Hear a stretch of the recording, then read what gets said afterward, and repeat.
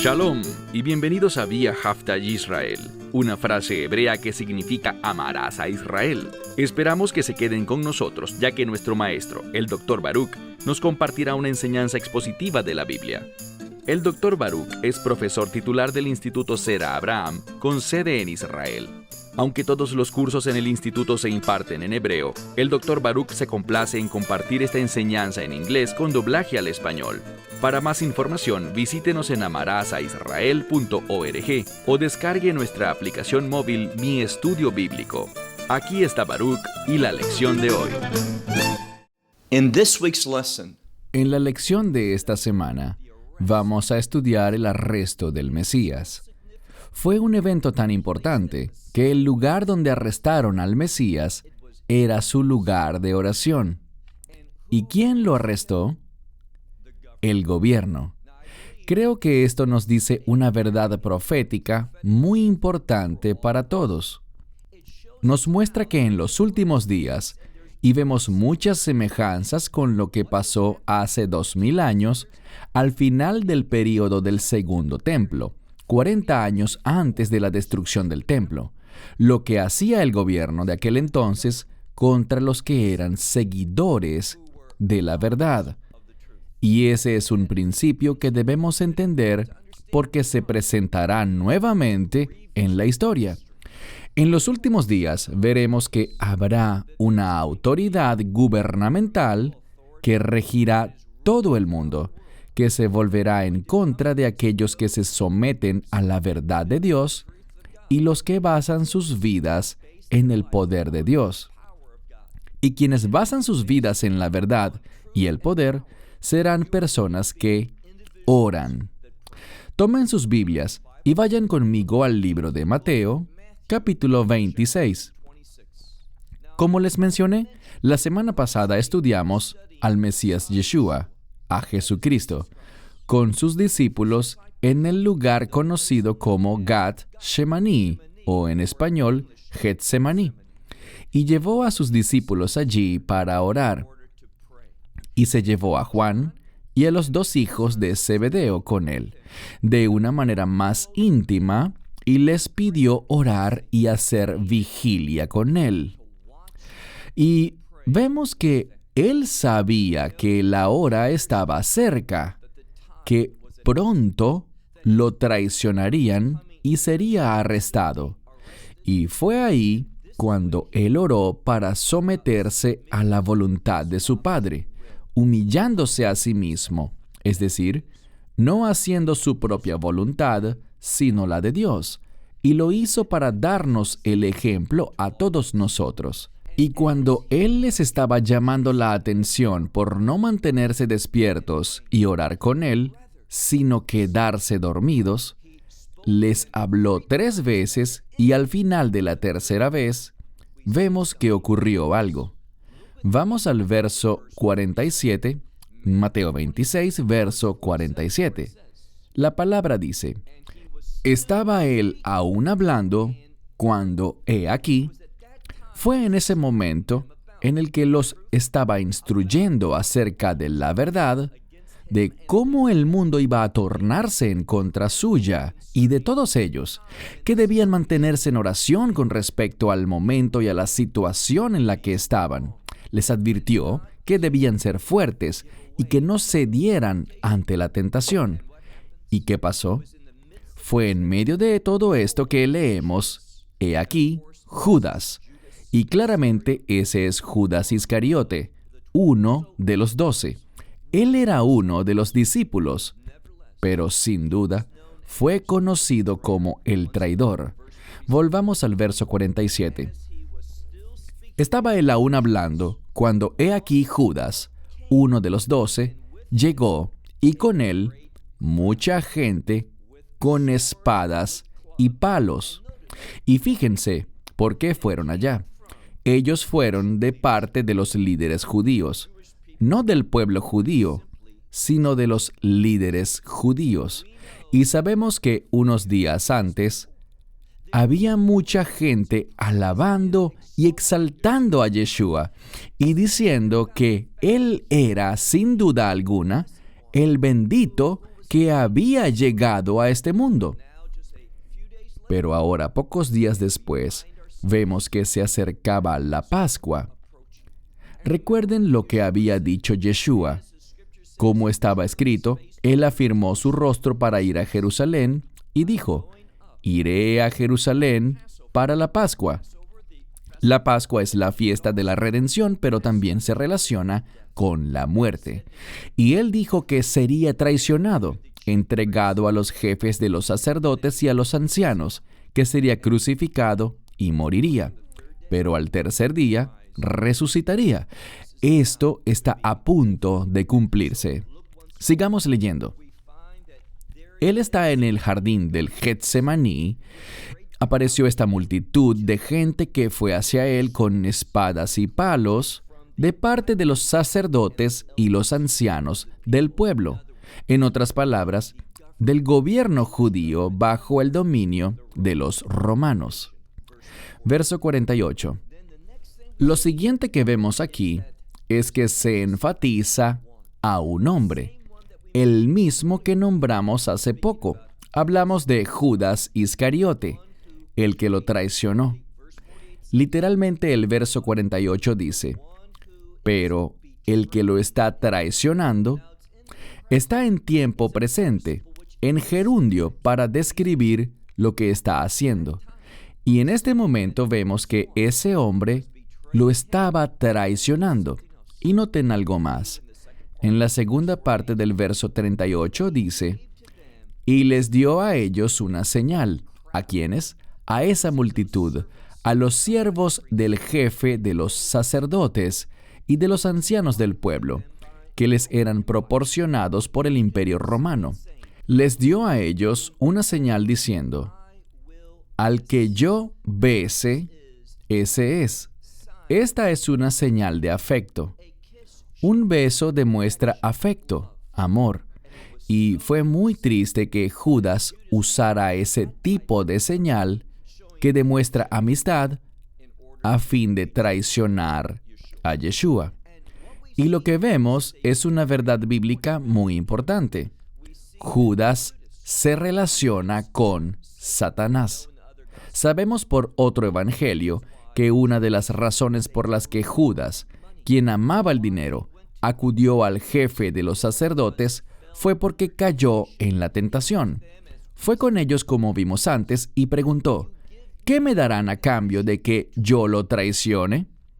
Y sabemos lo que dicen las Escrituras. Satanás había entrado en él. Y aquí está la verdad bíblica para nosotros. Cuando nos rebelamos contra los mandamientos, las instrucciones y la voluntad de Dios y sucumbimos a la tentación, cuando buscamos lo que nosotros queremos en vez de lo que Dios quiere, ¿qué resulta de eso? El enemigo, Satanás, la influencia demoníaca, los espíritus impuros comenzarán a actuar, a moverse en nuestras vidas.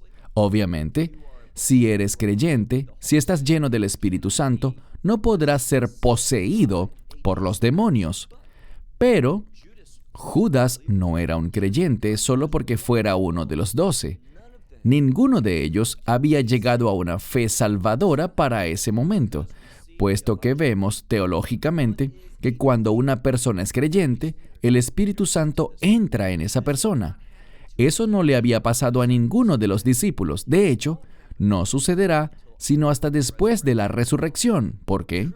La fe verdadera en el Evangelio no solo cree en la identidad de Yeshua, en que Él es el Mesías, en que fue enviado a este mundo para redimirnos, sino que, como dice Pablo en el libro de Romanos 10, debemos creer que Él murió por nosotros, confesar nuestros pecados y también creer que Él resucitó de entre los muertos. Debemos tener fe en la resurrección y claramente vamos a ver que ninguno, entiéndase bien, ninguno creía que Yeshua, quien pronto sería crucificado, muerto y sepultado, iba a resucitar de entre los muertos. Así que Judas no era un creyente, y por eso las Escrituras nos dicen que Satanás entró en él. Y hago énfasis en esto porque sabemos que Satanás es el padre de la mentira. Y eso es justo lo que la Escritura está diciendo acerca de Judas, que él era un mentiroso. La señal de la traición que él escogió fue un beso. Leemos de nuevo. Les dio a ellos una señal, a mitad del verso 48, diciendo, al que yo bese, ese es decir, ese es el hombre. Y luego continúa y dice, ustedes arréstenlo, es decir, llévenlo preso. Verso 49. Y enseguida dice, llegaron hasta Yeshua, es decir, el grupo, pero específicamente Judas. Enseguida Judas llegó donde Yeshua y dijo, la siguiente palabra aparece en muchas Biblias como un saludo, pero también se usa para exaltar. De nuevo, Judas es un mentiroso. Todo lo que dice es incorrecto. Dice, salve, que es un término para exaltar, y la palabra que sigue en algunas Biblias la traducen como maestro, pero literalmente en griego dice rabí. Es la palabra en hebreo transcrita en griego. Aquí dice literalmente rabí. Él dice salve, rabí, que significa mi Señor, mi abundante, como lo implican muchas de las traducciones, donde colocan maestro, que refleja su misión, reconocer a esa persona como el Señor de tu vida. Judas lo estaba traicionando. Una vez más, miente. Dice, salve, rabí. Y ahora fíjense en el final del verso 49. Puede que en sus Biblias diga que él lo besó. Y eso es cierto, pero tal vez no sepan que esta palabra... Antes leímos en el texto que él les dio una señal. Al que yo bese, ese es. Esa palabra beso, en el verso anterior, es ligeramente distinta a esta. Usa la misma raíz, pero la segunda vez que sale, muestra un prefijo que le da énfasis. Si hablamos de besar a alguien, por ejemplo, decimos que nos saludamos con un beso santo. Bien, esto sería un poco distinto. Este sería un beso con un mayor afecto, con más sentimiento y sinceridad. Y todo esto le dice al lector que Judas era un gran mentiroso. Decía una cosa y hacía otra. Hacía las cosas de una manera que ocultaba su verdadera intención. Así que lo besó de manera amorosa y amistosa, mientras lo que hacía era traicionarlo realmente. Sigamos al final del siguiente verso. Leemos en el verso 50. Pero Yeshua le dijo, amigo, ahora bien, esto es muy revelador. Yeshua lo sabía todo. Él había dicho antes que el que lo traicionaría ya venía. Él sabía quién lo iba a traicionar. Él sabía que Judas era el que había metido la mano en ese plato cuando estaban comiendo la noche anterior. Él sabía que Judas era un traidor. Y aún así, no era algo personal. Yeshua no sentía aversión personal en su contra. Todos son pecadores, a todos les falta la gloria de Dios. Pero lo que hizo Judas es tan despreciable, tan vergonzoso, tan falso. Traicionar a su maestro, a quien él llamó su maestro, con un beso. Y Yeshua le dijo, mitad del verso 50, amigo, ¿a qué? Es decir, ¿por qué razón has venido? Entonces llegaron varios hacia él y le echaron mano a Yeshua y lo arrestaron. Judas llegó allá, le dio a Yeshua ese beso afectuoso que ocultaba su verdadera intención. Él no era su amigo. Yeshua no era su maestro o su señor. ¿Qué gobernaba la vida de Judas? El dinero. Y cuando amamos el dinero, eso se manifiesta de muchas formas malignas en nuestra vida. Ahora vemos que Yeshua ha sido arrestado. Vamos al verso 51. Y he aquí, algo importante va a suceder.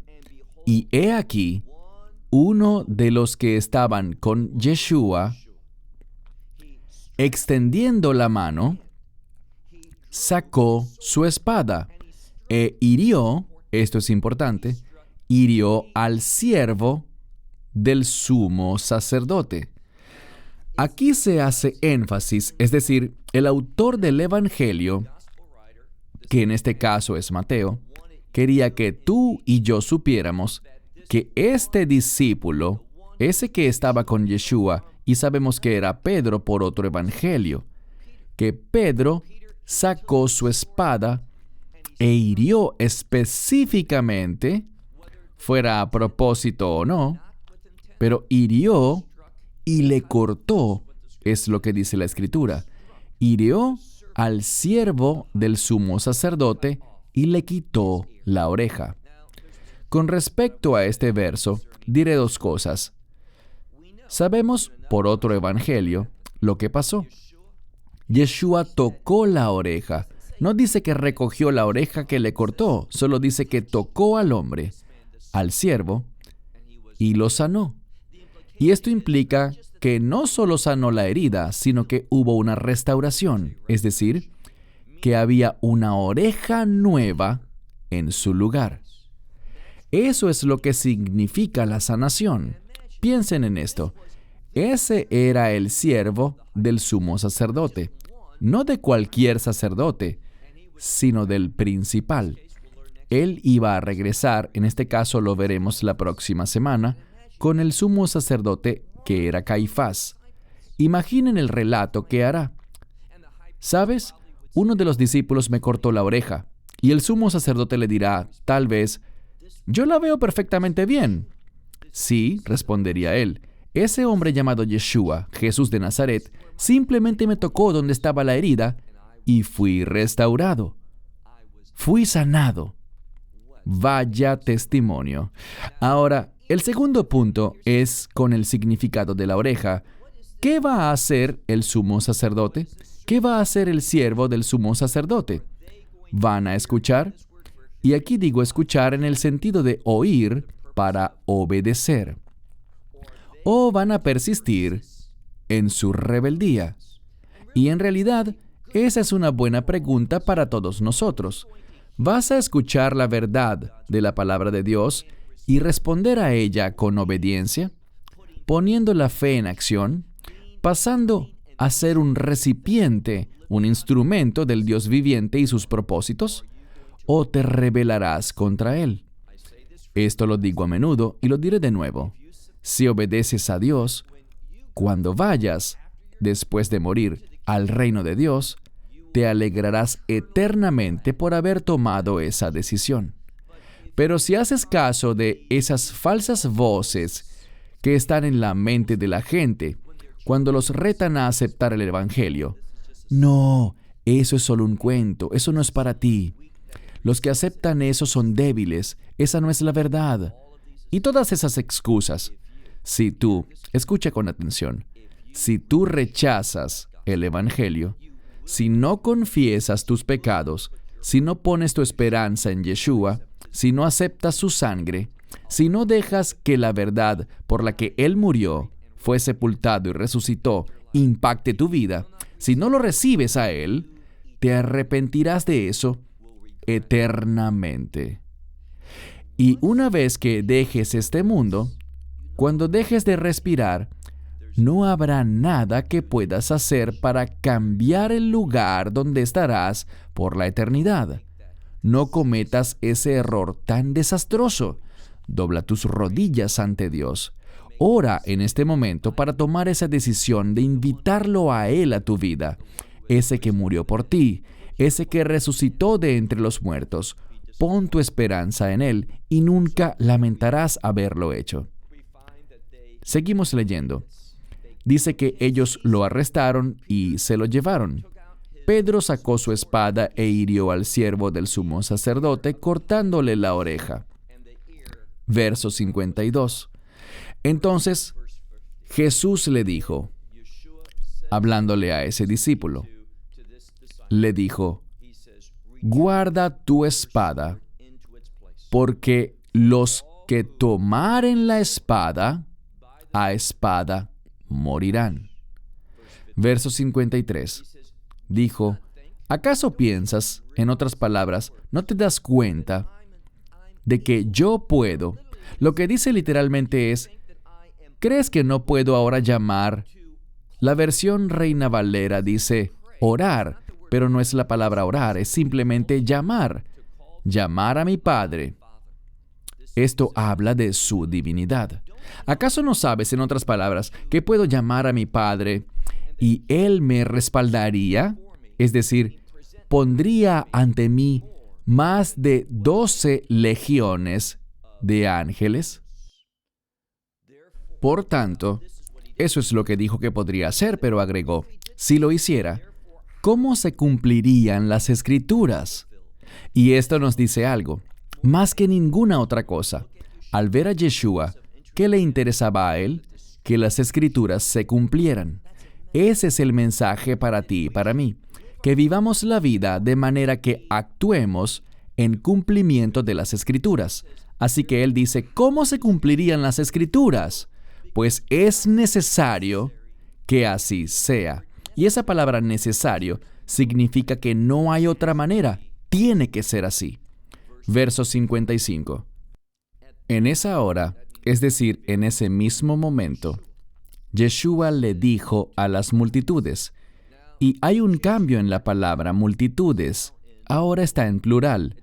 Quiere decir que había distintos grupos dentro de esa gran multitud. Y les dice, ¿acaso soy un bandido para que vengan con espadas y palos a arrestarme, a capturarme? Y luego dice, cada día con ustedes, con esa misma gente, cada día con ustedes me sentaba y enseñaba en el templo, y ustedes no me arrestaron. Eso es importante. ¿Por qué nadie lo criticó primero? Según las leyes del Sanedrín, la ley judía, antes de arrestar a alguien, si es que hizo algo malo, había que instruirlo, darle la oportunidad de no hacerlo. Esto nos habla de su hipocresía. Nos revela que no se apegaban, y vamos a ver esto, sobre todo, la semana siguiente cuando veamos a Yeshua ante el Sanedrín, ante esos líderes, el sumo sacerdote, los escribas, los ancianos. Vamos a ver cómo ellos violaron sus propias leyes, el protocolo del Sanedrín, para poder lograr lo que ellos querían. Debemos ser personas fieles a las instrucciones de Dios. Estas personas ni siquiera respetaron sus propias leyes, mucho menos las leyes de Dios. Así que Él dice, cada día, cuando estuve en Jerusalén, ¿qué fue lo que hice? Sentarme a enseñar en el templo. No hubo críticas, nadie quiso arrestarme, nadie me habló para desafiarme por lo que hacía. Tenían preguntas, tal vez no estaban de acuerdo internamente. Estos que creían en la mentira, pero no le hicieron nada. Y ahora de repente, ¿por qué lo hicieron? Sencillo, para que se cumplieran las Escrituras. Vamos al último verso por hoy, el verso 56. Él dijo que nadie lo arrestó cuando enseñaba en el templo, pero ahora, y la implicación es que ahora cuando está oscuro, pero fue para que la palabra de Dios se cumpliera. Vamos al verso 56. Mas todo esto ha sucedido. Esta palabra, gegonen, es un término griego muy importante que está en presente perfecto, que significa que lo que está pasando ahora no es cuestión del azar. ¿Fue planeado antes? Era algo que ellos habían querido hacer, así que lo planearon antes.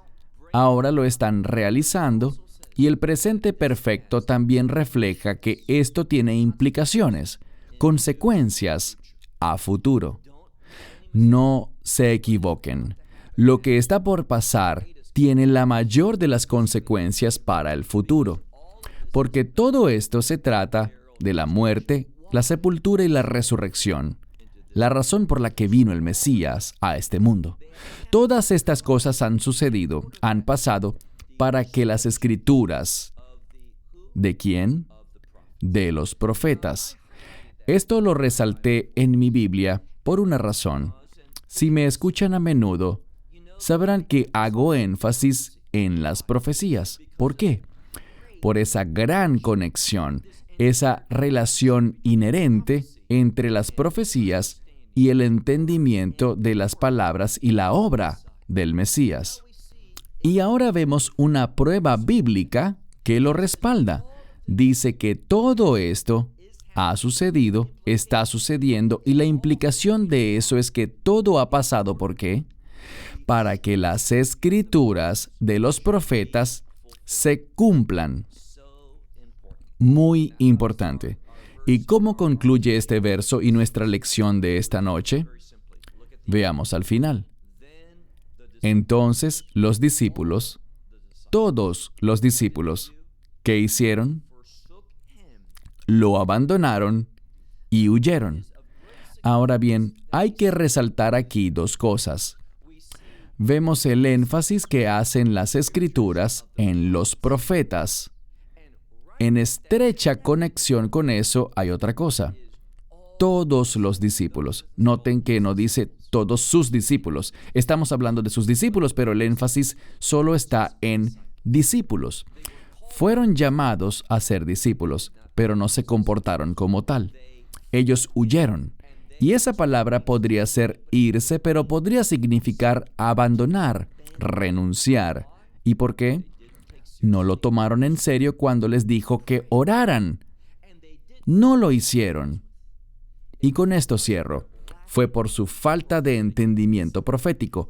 Ellos no entendieron a los profetas y debido a eso, por no entender a los profetas, tampoco entendieron lo que estaba pasando, el enorme significado espiritual y bíblico de este evento.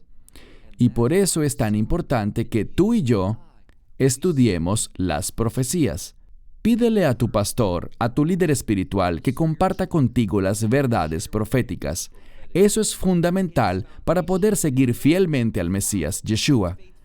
Y por eso damos estas lecciones, para motivarlos y ayudarlos a seguir fielmente al Mesías. Follow Messiah faithfully. Esperamos que te hayas edificado con el mensaje de hoy y lo compartas con otros. Te invitamos a seguir nuestros estudios cada semana por este canal y por el portal de YouTube de Amarás a Israel. También puedes descargar nuestra aplicación móvil gratuita, Mi Estudio Bíblico. Finalmente, para obtener más información sobre nosotros, visita nuestra web amarasaisrael.org, donde encontrarás otras conferencias de Baruch en audio, video y texto. Hasta el próximo programa. Que el Señor te bendiga en Yeshua HaMashiach, Jesús el Mesías, mientras caminas con Él. Shalom desde Israel.